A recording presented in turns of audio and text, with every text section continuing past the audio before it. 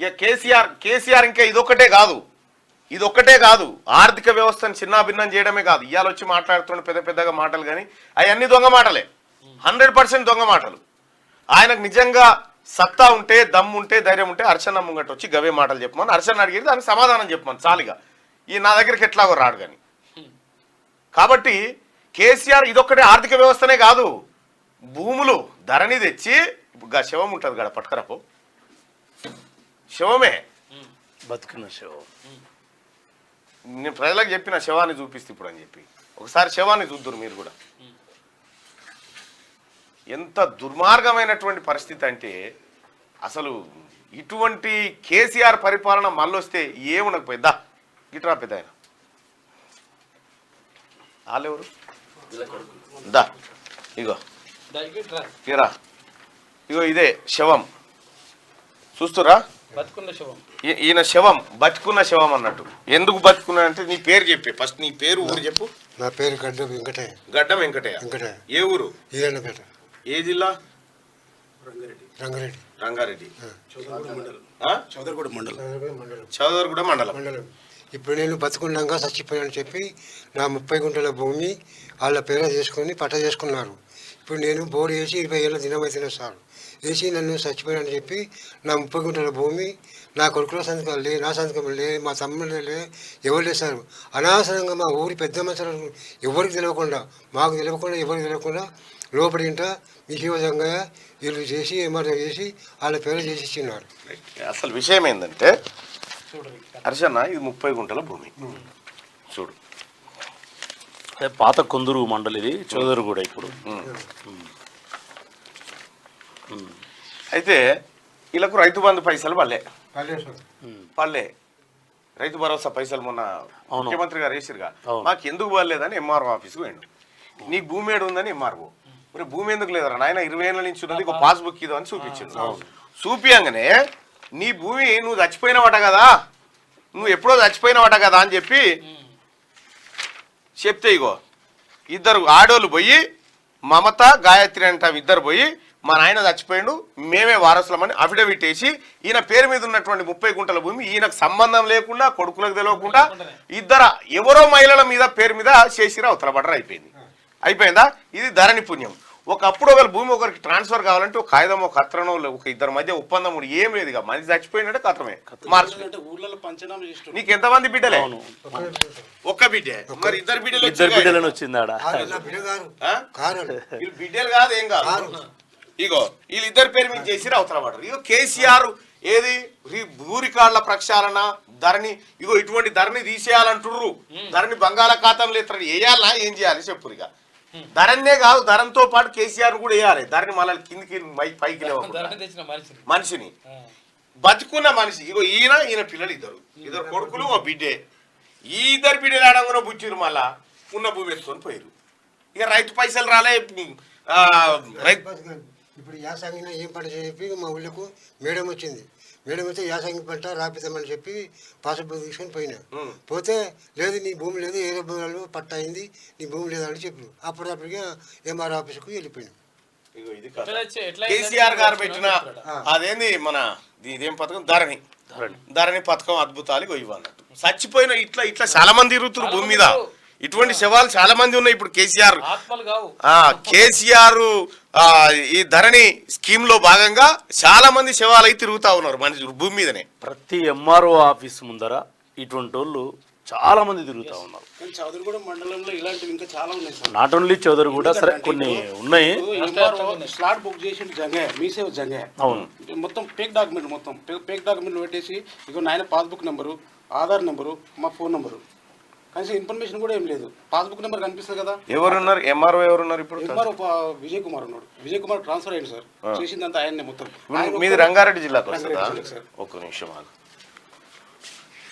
గిట్లా తయారయ్యి ఇంకోటి చిన్న విషయం సార్. ఇప్పుడు మేము కేసు పెట్టినాం సార్, ఎఫ్ఐఆర్ బుక్ చేసిన 20 తారీఖు. ఇద్దరు లేడీస్ మాత్రమే రిమాండ్కి పంపిండు మొన్న ఎస్ఐ. ఎందుకు మిగతా ఎందుకు పంపలేవన్నంటే డాక్యుమెంట్ పెండింగ్ ఉంది, 2 రోజులు ఆగాల, 2 రోజులు నువ్వు ఎక్కడ గెలకకు. కలెక్టర్ అని కలిసిండ్రా? లేదు సార్ ఎంతమంది ఉన్న కలెక్టర్ గారు చాలా మంచి మనిషి. కలవండి. అంటే నువ్వు ఎక్కడ గెలకక అని చెప్పేసి నన్ను అన్నాడు. ఎవరు ముందు నుంచి భరోసా ఇచ్చింది ఎస్ఐ గారు, చదువుకుడు ఎస్ఐ. వాళ్ళిద్దరు ఎందుకు మెయిన్ సూత్రధారులు వదిలేసి ఈ లేడీస్ ను రిమాండ్ పంపించేసినావు. వీళ్ళ రిలేటివ్స్ వాళ్ళు ఏమంటారు అంటే వీళ్ళిద్దరు ఏం చేసారు అన్న మీతో అంతా ఇక్కడ పోయారు, మరి వాళ్ళతో పాటు పంపాలి కదా. మీసే జంగా సూత్రధారి మెయిన్ సూత్రధారి ఆయన పట్టుకుంటే ఎంఆర్ఓది మొత్తం మండలంలో ఏం జరిగిందా మొత్తం బయటపడతాయి. ఆయన రిమాండ్కి అందుకే పంపలేదు. ఆయన సహకరించేసి స్పెషల్ నువ్వు స్టేషన్ వరకు వచ్చిన ఎందుకు వదిలిపెట్టినావు? స్టేషన్ వరకు వచ్చిన వేరే స్పెషల్ కార్లో నలుగురు ఆయనతో పాటు నలుగురు వెళ్ళిపోయారు. ఇప్పుడు మీరు కంప్లైంట్ వాళ్ళ మీద కూడా ఇచ్చారా? మొత్తం 9 మంది సార్, ఇగో 9 మంది విట్నెస్లో సహా వదలలేదు.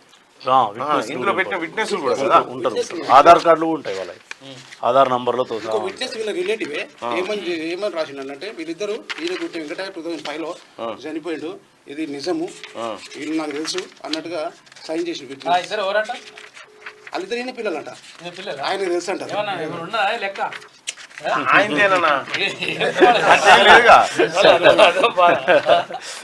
సరిగ్గా చూడండి. ఆయన కరెక్ట్ 2005లో చనిపోయిండు. ఈయన ఇద్దరు పిల్లలు ఈయన పిల్లలే, ఇది నిజం. G Yadav Tumpalli TRS leader. ఇప్పుడు టిఆర్ఎస్ వాళ్ళు మొత్తం అందరూ ఇప్పుడు గీదన్నా వీళ్ళు చేసిన కథ మొత్తం అవినీతే. మొత్తం కేసీఆర్ పరిపాలన అంటే అవినీతి. మళ్ళొచ్చి పొడుగు మాటలు చెప్తున్నాడు ఆ బస్సుల మీద నిలబడి, నేను ఇట్లా నా అంత సిపాయి లేడు. ఏంటంటే 20 తారీఖు ఎఫ్ఐఆర్ బుక్ చేస్తే ఇద్దరు మాత్రం రిమాండ్ పంపినాం, మిగతా వాళ్ళంతా ఇక్కడ.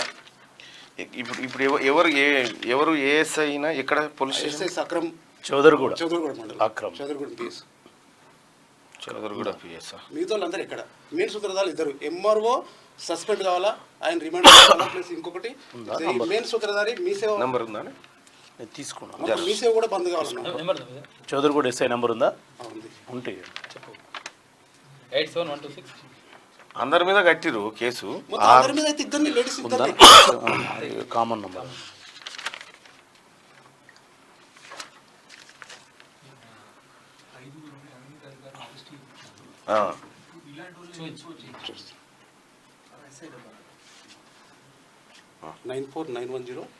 చదవకు, మళ్ళీ ఆయన అందరు ఫోన్ చేసి ఇబ్బంది పెడతారు. పర్సనల్ నంబర్ నట్టు కొట్టరా అదే.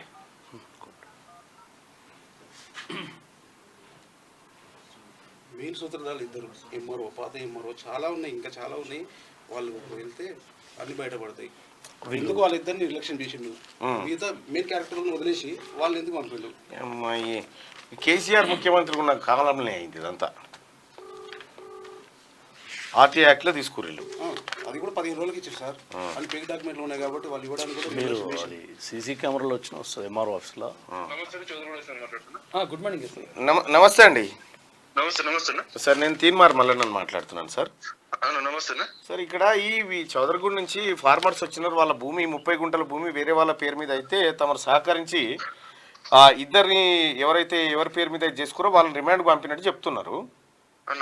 మిగతా వాళ్ళని పంపలేదనేది వాళ్ళ ఆవేదన. వాళ్ళని ఎందుకు వదిలేస్తా ఉన్నారు, ఎందుకు అని చెప్పి వాళ్ళ ఆవేదన వ్యక్తం అవుతుంది. ఇప్పుడు లైవ్ లో ఉన్నారు నాతో. వాళ్ళని కూడా చేస్తాం, మనకు డాక్యుమెంట్స్ రావాల్సి ఉన్నాయి. ఇంకా వాళ్ళని కూడా మనం సపోర్ట్ చేసేది ఏం లేదు, ఎవరు సపోర్టింగ్ ఉండదు. మళ్ళీ ఖచ్చితంగా వాళ్ళని కూడా చేస్తాం. మీరు తక్షణమే దీన్ని సీరియస్ గా తీసుకొని, ఎందుకంటే ఇప్పుడు మన ఇటువంటి బాధితులకు పూర్తి స్థాయిలో న్యాయం జరగకపోతే సగం జరిగితే కూడా ప్రజలకు మంచిది కాదు. కాబట్టి కంపల్సరీ చేస్తాం. మీరు ఎట్టి పరిస్థితుల్లో వాళ్ళు ఎవరెవరు ఉన్నారో అందరినీ రిమాండ్కి పంపించండి. అటువంటి వాళ్ళు ఇట్లా ఫోర్జరీ సంతకాలని ఎంకరేజ్ చేసిన వాళ్ళు కూడా పొరపాటే కదా అది. కంపల్సరీ చేస్తామన్నా, అంటే మనం ఎవరు స్పేర్ చేసేది ఏముండదు.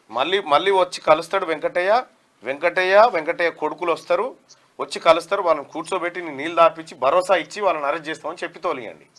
కంపల్సరీ. ఓకే పెద్ద ఆయన, ఏడికి పోదులే నీ భూమి, నేను మాట్లాడతా కలెక్టర్ గారితో. ఇగో ఈ టిఆర్ఎస్ పార్టీ వాళ్ళు కేసీఆర్ ఉన్నాడా పెద్ద ఆయన, కేసీఆర్ అనే తోడు ఏం చేసిందంటే కుక్కకు పెత్తనం ఇస్తే కుండల వాళ్ళకు పెట్టినట్టుగా ఆయన ముఖ్యమంత్రిని చేస్తే ఇగో ఇదే ఒకని భూమి ఒకనికి రాసుడు, ఒకటి ఎత్తుకపో. ఇదివరకు గట్లుండేనా? లేకుంటే సార్ ఇప్పుడు ఇగో కేసీఆర్ వచ్చి- తెలుసు సార్ ఇప్పుడు నా బిడ్డ పెళ్లి చేసుకున్నాక 4 ఏళ్ళు 5 ఏళ్ళు దానికి ఎమలవాడ పోయినా ఎమలవాడ పోతే కూడా గంటల భూమి కూడా పోలేదు నాకు. అది అప్పుడు పోలేదు అప్పుడు పోలేదు నేను లేచాను. ఇప్పుడు నేను వచ్చినాక 20 ఏళ్ళు అయితే నేను వచ్చినాక బోర్ వేసిన 20 బోర్ వేసి కూడా పోయినా 20 ఏళ్ళు అవుతుంది. నా 2 కొడుకులు నేను ఇప్పుడు చేసుకుని ఉన్నాం. ఇప్పుడు ఉండో భూమి పోయినాక ఏడు బతకాలి సార్ నేను చెప్పు. కరెక్ట్ నాకు ఉండేదే పోనీకల భూమి. చెప్పేది కరెక్ట్. అసలు మా తమ్ముళ్ళది పోలేదు, మా వాళ్ళది పోలేదు, ఎప్పుడు పోలేదు. నాది ఒక్కది పోనా సార్. సార్ ఇంకొకటి నాకు మీ సేవ మీద కూడా చర్య తీసుకొని బంద్ చేసేయాలి. దానివల్ల పూర్తిగా మాలాంటి వాళ్ళు ఇంకా చాలా మంది ఉన్నారు అక్కడ. అవునా? మీ సేవ మెయిన్ క్యారెక్టర్ మీ సేవ తప్పకుండా జంగయ్య ప్లస్ ఎంఆర్ఓ. మీరు ఒక పని చేయండి, రంగారెడ్డి కలెక్టర్ గారిని కలవండి. ఇందులో అక్రమాలు జరుగుతున్నాయని ఒక కంప్లైంట్ చేయండి. నేను ఇప్పుడు వాళ్ళని అరెస్ట్ చేయకపోతే నేను సిపి దగ్గర కూడా నేనేమంటున్నా భాయ్ సాబ్, ఆయన ఇప్పుడే చెప్పిండు కదా లైవ్ లో సార్ చేస్తాను. నాకు పూర్తి నుంచి సార్ సహకరించండి. రైట్, నేను చెప్పేది ఎందుకు డిలే అవుతున్నది నాకు అర్థం కాదు. డిలే ఏం కాదు, ఇక నువ్వు డిలే ఏం కాదు, ఏడికి రావన్నా అక్కడికి వచ్చినావు, డిలే ఏం కాదు. ఇంకోటి రెండోది రంగారెడ్డి కలెక్టర్ గారికి మీరు కలవండి, వచ్చి కలుస్తారని నేను చెప్తా. మీరు ఆ మీ సేవ మీద కంప్లైంట్ ఇవ్వండి, ఓకేనా? వాళ్ళిద్దరిని వీలైన తొందరగా ఇదే కదా ఈ భరోసా కోసమే మీరు వచ్చారు. ఎంఆర్ఓ వాళ్ళిద్దరు మాత్రం రిమాండ్కి వెళ్ళాను. నేను ఏమంటున్నా, ఈ భరోసా కోసమే కదా మీరు ఇక్కడికి వచ్చింది. మీ దగ్గర ఈ భరోసాతోటే మేము వచ్చినాం సార్. మీ దగ్గర న్యాయం జరుగుతుందని చెప్పి రైట్, మీ ముందే మాట్లాడినా చెప్పిన, ఓకేనా? Right, thank you. అదే సార్ అది ఎట్లయినా ఎంత పరిస్థితి అయినా నా 30 గుంటల భూమి నా భూమి నాకు కావాలి.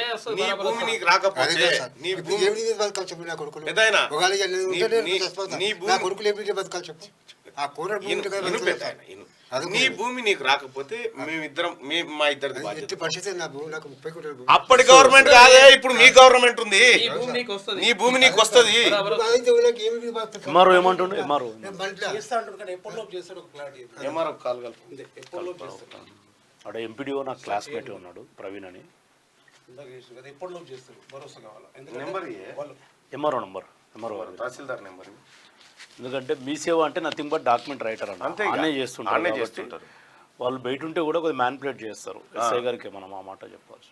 అరే ఇప్పుడు ఇద్దరు లోపల చేసిన వాళ్ళంతా బయటనే ఉన్నారు, మీ సేవడు కానీ వాళ్ళు వీళ్ళు కానీ. ఇప్పుడు ఈయననే ఉండా? ఈయన లేడు.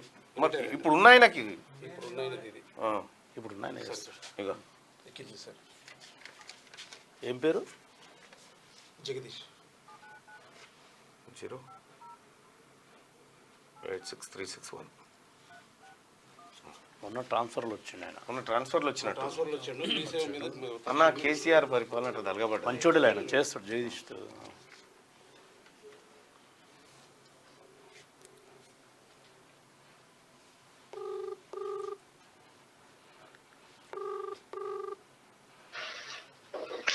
Sir good morning sir. Sir నేను తీన్మార్ మల్లన్నని మాట్లాడుతున్నాను సార్. సార్ ఇప్పుడు మీరు నాతో పాటు లైవ్ లో ఉన్నారు సార్. ఒక బాధితుడు వచ్చిండు సార్, గడ్డం వెంకటయ్య అని. సార్ ఆయన భూమిని 30 గుంటల భూమిని గత ఎంఆర్ఓ వేరే వాళ్ళ పేరు మీదకి ఒక అఫిడవిట్ పెట్టి మార్చేసినారు సార్. ఆయన నా భూమి నాకు కావాలని నా స్టూడియోలో వచ్చి నిలబడ్డాడు సార్. ఈయన చనిపోయిండని అఫిడవిట్ వేసి తీసుకొని పోయారు సార్. అది విషయం ఏంటంటే గడ్డం వెంకటయ్య అనే వ్యక్తులు ఇద్దరు ఉన్నారు సార్. అది ఏమైపోయిందంటే ఈయన ఒకటే అనుకుని కొంచెం అది జరిగింది, తప్పు జరిగింది. దాని మీద రిపోర్ట్ కూడా పంపాము కలెక్టర్ గారికి క్యాన్సిలేషన్ కోసం. ఓకే అదే కాదు సార్, ఒకటి ఆయన మనోవేదనకు గురవుతున్నాడు కదా సార్. లేదు సార్, మేము చూసాము. నేను తర్వాత నా నోటీసులు వచ్చినాక ఎంక్వైరీ చేశాను, చేసి దాని మీద రిపోర్ట్ కూడా పంపాము. జెన్యూన్ ఉందా లేదా? అయితే ఇప్పుడు ఈయన నష్టపోయింది, ఈయన ఆందోళనకు గురైంది వాస్తవమే కదా? వాస్తవం సార్. ఎవరి వల్ల? అది గతంలో పనిచేసినటువంటి తహసీల్దార్ నిర్లక్ష్యం వల్ల. సార్ మరి ఇది సరి చేయాల్సిన బాధ్యత కూడా మన మీదే ఉంది కదా. అదే సార్, అందుకోసమే రాశాము. దాని మీద యాక్షన్ మీరు తీసుకుంటాం తక్షణం మళ్ళీ ఒకసారి రిమైండ్ చేయండి. సార్. పై వాళ్ళకి రిమైండ్ చేసి ఆయన కొద్దిగా భరోసా ఇచ్చి కొద్దిగా ఇప్పుడు ఆయనకు రైతు భరోసా పైసలు రాలేదు ఆయనకు. ఇప్పుడు పైసలు ఎటుపోతాయి? ఈ పైసలు నువ్వే కట్టాలి. ఇప్పుడు జరా ఈ వెంకటేని ఇబ్బంది పెట్టకుండా తక్షణమే ఆయన భూమి ఆయనకు వచ్చేటట్టు చూడండి సార్, ప్రయత్నం చేయండి. ఓకేనా? రైట్. ఆ మీ సేవలో కూడా కొద్దిగా అక్రమాలు జరుగుతా ఉన్నాయట, ఇటువంటి కొద్దిగా చర్యలు తీసుకోండి సార్. ఓకే తీసుకుంటాం. రైట్. ఓకే, పోయింది, అయిపోతుంది. ఆయన దృష్టిలో ఉంది మీకు అన్యాయం జరిగిందని. ఓకే రైట్ రైట్ పెద్ద. మీకు అన్యాయం జరిగిందని ఆయనకి తెలుసు కాబట్టి ఉంది. ఇక ఇట్లా కేసీఆర్ పెట్టిన ఏ స్కీమ్ అన్నా తీసుకోయాను, ఏ స్కీమ్ అన్నా తీసుకోను, అందులో ఇటువంటి అనేకం ఉంటాయి, కోకోలలు ఉంటాయి అన్నట్టు. మామూలుగా ఒక నానుడు ఉంటుంది కదన్న, 100 మంది దోషులు తప్పించుకున్నా పర్వాలేదు కానీ ఒక నిర్దోషికి అన్యాయం జరగదు జరగొద్దని కానీ ఈయన స్కీమ్లలో 100 మంది దోషులు తప్పించుకున్నారు, అమాయకులు దోషులయ్యారు. 100 మంది దోషులు కలిసి అమాయకులను బలి చేసుకుంటున్నారు. కేసీఆర్ నమ్ముకుంటే